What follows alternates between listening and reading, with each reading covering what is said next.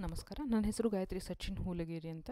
ನಾವು ಈ ವರ್ಷದ 6ನೇ ತರಗತಿಯ ಗಣಿತ ವಿಷಯದ ಪಠ್ಯಕ್ರಮದಲ್ಲಿ ಅಧ್ಯಾಯ 3 ಸಂಖ್ಯೆಗಳೊಂದಿಗಿನ ಆಟವನ್ನು ಅಭ್ಯಾಸ ಮಾಡ್ತಾ ಇದ್ದೀವಿ. ಅದರಲ್ಲಿ ಎಕ್ಸಸೈಸ್ 3.3 ಅನ್ನು ಅಭ್ಯಾಸ ಮಾಡ್ತಾ ಇದ್ವಿ ನಾವು.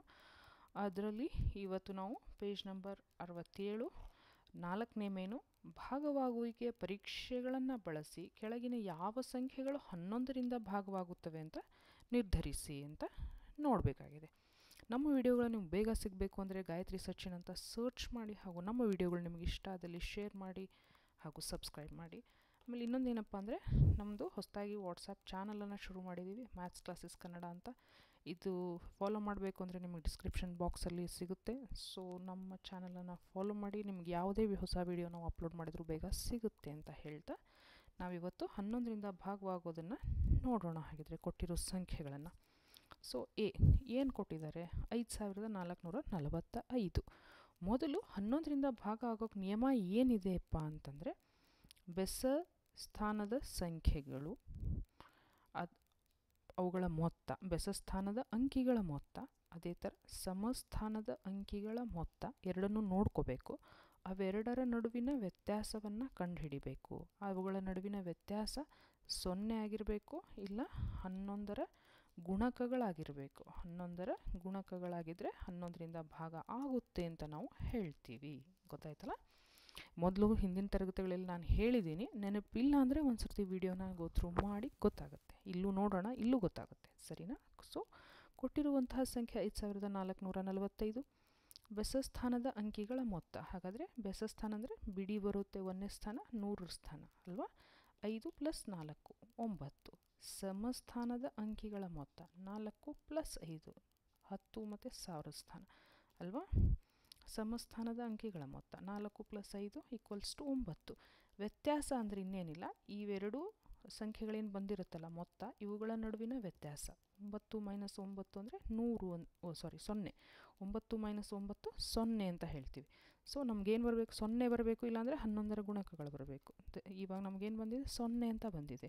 ದೇರ್ಫೋರ್ 11ರಿಂದ ಭಾಗ ಆಗುತ್ತೆ ಈ ಕೊಟ್ಟಂತಹ ಸಂಖ್ಯೆ ಅಂತ ನಾವು ಹೇಳ್ತೀವಿ. ಗೊತ್ತಾಯ್ತಲ್ಲ? ಬಿ ನೋಡೋಣ ಏನಿದೆ. 10824. ಬೆಸಸ್ಥಾನದ ಅಂಕಿಗಳ ಮೊತ್ತ 4 + 8 + 1 13 ಅಂತ ಆಗುತ್ತೆ. ಸಮಸ್ಥಾನದ ಅಂಕಿಗಳ ಮೊತ್ತ 2 + 0.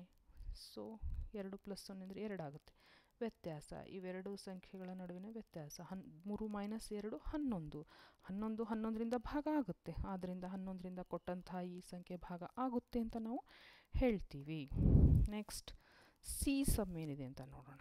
ಏನಿದೆ? 71,38,965 ಅಂತ ಕೊಟ್ಟಿದ್ದಾರೆ. ಬೆಸ ಸ್ಥಾನದ ಅಂಕಿಗಳ ಮೊತ್ತ. ಸೊ 5 + 9 + 3 + 7 ಇಲ್ಲಿದೆ ಅಲ್ವಾ. ಎಲ್ಲ ಸೇರಿದರೆ 24 ಬರುತ್ತೆ. ನೆಕ್ಸ್ಟ್ ಸಮಸ್ಥಾನದ ಅಂಕಿಗಳ ಮೊತ್ತ 6 + 8 + 1. ಹಾಗಾದರೆ 15 ಅಂತ ಆಗುತ್ತೆ. ಇವು ಎರಡೂ ಸಂಖ್ಯೆಗಳ ನಡುವಿನ ವ್ಯತ್ಯಾಸ 24 - 15 ಅಂದರೆ 9. 9 11ರ ಗುಣಕ ಆಗಿಲ್ಲ. ಆದ್ದರಿಂದ 11ರಿಂದ ಈ ಕೊಟ್ಟಂತಹ ಸಂಖ್ಯೆ ಭಾಗ ಆಗೋಲ್ಲ ಅಂತ ನಾವು ಹೇಳ್ತೀವಿ. ಆಯಿತಾ? ಡಿ ಏನಿದೆ? 7,01,69,308 ಅಂತ ಕೊಟ್ಟಿದ್ದಾರೆ. ಸೊ ಇಲ್ಲಿ ಬೆಸಸ್ಥಾನದ ಅಂಕಿಗಳ ಮೊತ್ತ. ಬೆಸಸ್ಥಾನ ಅಂದರೆ 8 3 6 0 ಅಲ್ವಾ. ಇವುಗಳ ಮೊತ್ತ 17. ಸಮಸ್ಥಾನದ ಅಂಕಿಗಳ ಮೊತ್ತ 0 + 9 + 1 + 7. ಇವೆರಡರ ಮೊತ್ತ 17. ಇಷ್ಟು ಸಂಖ್ಯೆಗಳ ಮೊತ್ತ 17.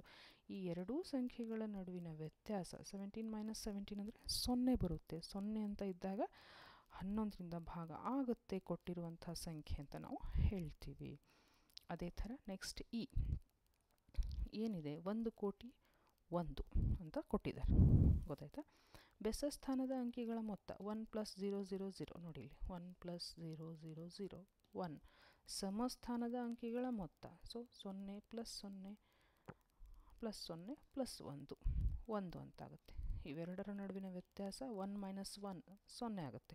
0 ಇರೋದ್ರಿಂದ 11ರಿಂದ ಭಾಗ ಆಗುತ್ತೆ ಅಂತ ನಾವು ಹೇಳ್ತೀವಿ. ಕೊಟ್ಟಿರುವಂಥ ಈ ಸಂಖ್ಯೆ 11ರಿಂದ ಭಾಗ ಆಗುತ್ತೆ ಅಂತ ಹೇಳ್ತೀವಿ. Next F 9,01,153. ಇಲ್ಲಿ ಬೆಸಸ್ಥಾನದ ಅಂಕಿಗಳ ಮೊತ್ತ 3 + 1 + 0 4 ಅಂತಾಯಿತು. ಸಮಸ್ಥಾನದ ಅಂಕಿಗಳ ಮೊತ್ತ 5 + 1 + 9 ಅಂದರೆ 15 ಅಂತಾಯಿತು. ವ್ಯತ್ಯಾಸ 15 - 4 11 ಅಂತಾಯಿತು. 11ರ ಗುಣಕ ಆಗಿರೋದ್ರಿಂದ 11ರಿಂದ ಭಾಗವಾಗುತ್ತೆ ಕೊಟ್ಟಿರುವಂಥ ಸಂಖ್ಯೆ ಅಂತ ನಾವು ಹೇಳ್ತೀವಿ. ದೇರ್ಫೋರ್ 11ರಿಂದ ಭಾಗವಾಗುವಂಥ ಸಂಖ್ಯೆಗಳು ಮೇಲಿನಿಂದ ಮಾಡ್ಕೊಂಡು ಬಂದಿದ್ದೀವಿ.